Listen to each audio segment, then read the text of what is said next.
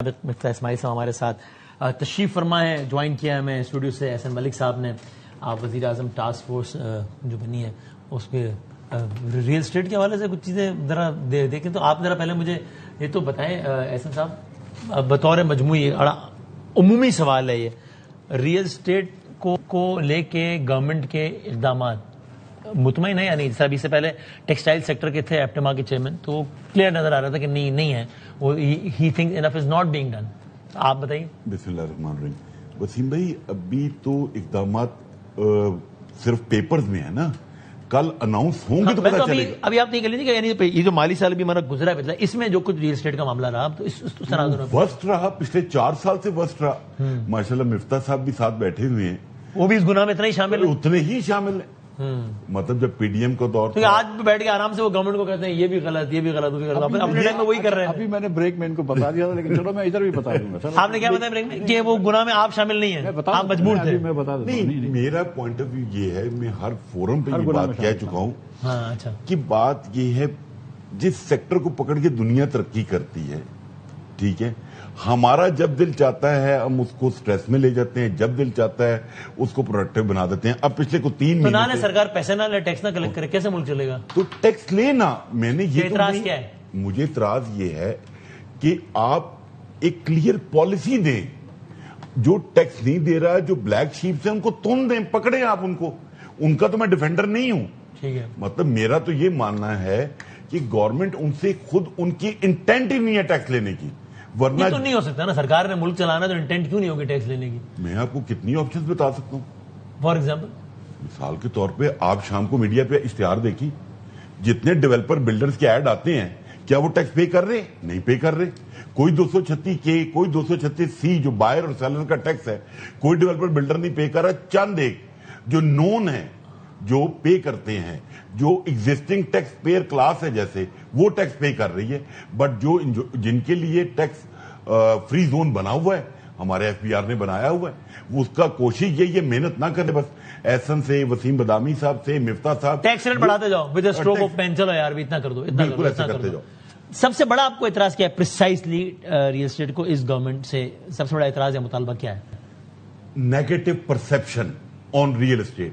اچھا. اور plus administrative issues.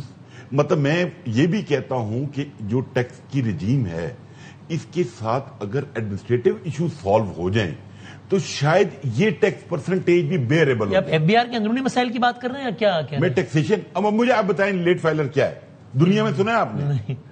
یہاں پہ کیوں ہے نان فائلر؟ میں یہ کہنے والا تھا, نان فائلر کا ٹرم بھی سن کے بڑا لطف لیا ہم نے. سر نان فائلر کو چھوڑے, لیٹ فائلر آپ ہو سکتے ہیں, میں ہو سکتا ہوں, مفتاح صاحب ہو سکتے ہیں. ایک فریش فائلر جو آج ایک کمپنی رجسٹر کرانا چاہتا ہے, وہ ٹیکس نیٹ میں آنا چاہتا ہے, آپ اس کو پہلے دن کہتے ہیں آپ لیٹ فائلر ہیں. مطلب اور آپ نے ایک لفظ استعمال کیا نیگیٹو پرسپشن, یا وہ گورنمنٹ سکھائے, اس کو ذرا اور پریسائز کریں, اس کو مثال کے. سر نیگیٹو پرسپشن یہ ہے, نان پروڈکٹیو سیکٹر ہے, بلیک منی پارک ہوتی ہے. نہیں, میں نہیں مانتا. میں کل رات کو کامران خان صاحب کے ساتھ تھا, میں نے ان کو ایکسپلین کیا اس ٹاپک پہ پورا.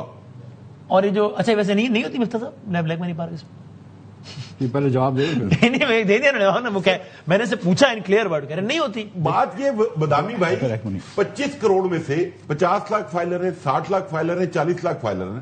نان فائلر تو پراپرٹی بائی نہیں کر رہا, فائلر بائی کر رہا ہے. اگر وہ بائی کر رہا ہے ڈیٹا اس کو ذرا سا سنجیدہ. سہیل بھائی نے جوائن کیا, محمد سہیل ہے ہمارے ساتھ, میں آتا ہوں سہیل صاحب, آپ پہلے دے دیں. اس کو سیریس سنجیدہ لیں. دیکھیں پاکستان میں یہ بات تو طے ہے کہ ایک ایف بی آر کا ریٹ الگ ہوتا ہے, مارکیٹ کا ریٹ الگ ہوتا ہے, بالکل ہی الگ ہوتا ہے, ڈی سی ریٹ الگ ہوتا ہے.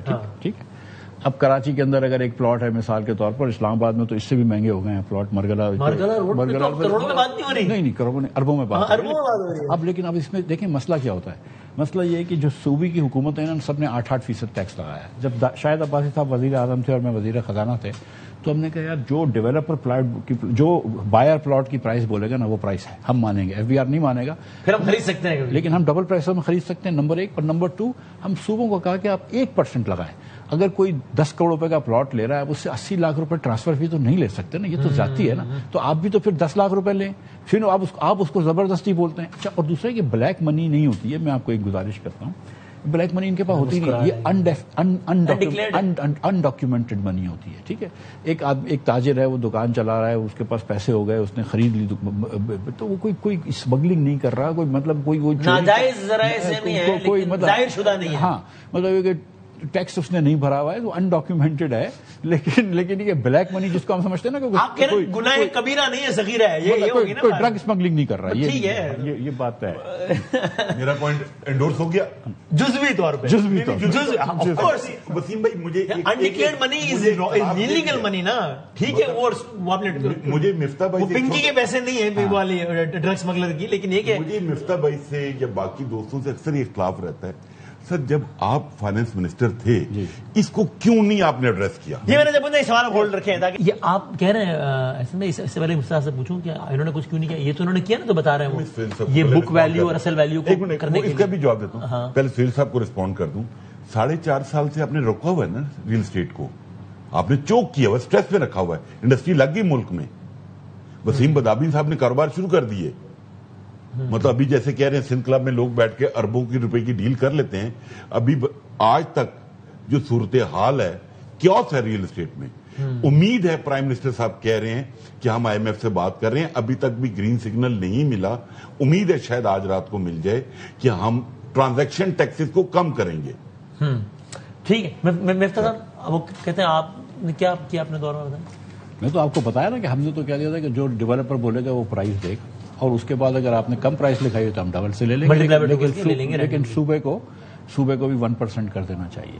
اور ہم نے تو نان فائلرز کے اوپر بھی وہ کر دیا تھا کہ نان فائلرز گاڑی بھی نہیں خرید سکتے, پلاٹس بھی نہیں خرید سکتے, لیکن یہ کہ آپ آہستہ آہستہ 3-4 سال کے اندر یہ ڈاکیومنٹیشن کا سفر کرنا چاہیے. لیکن یہ دیکھیں, ایک جو پاکستان میں ہم اکثر ڈاکیومنٹیشن کی بات کرتے ہیں, نان ڈاکیومنٹیشن, تو آپ کو ایف بی آر کو بھی دیکھنا ہوگا نا کہ بھائی اب جو آدمی فارمل ٹیکس نیٹ میں آتا ہے اس کا کیا حال کرتا ہے. ٹھیک ہے, تو اس لیے بھی لوگ نہیں آتے. اب آج کل کیونکہ دبئی میں سرمایہ کاری کا اتنا آئیڈیل صورتحال نہیں ہے, اسٹاک ایکسچینج جو ہے وہ بھی اوپر نیچے ہو رہی ہے, تو اس کے بعد پھر لوگوں نے یہ سوچا ہے کہ تھوڑا سا یہاں پہ اس طرف چلے جائیں.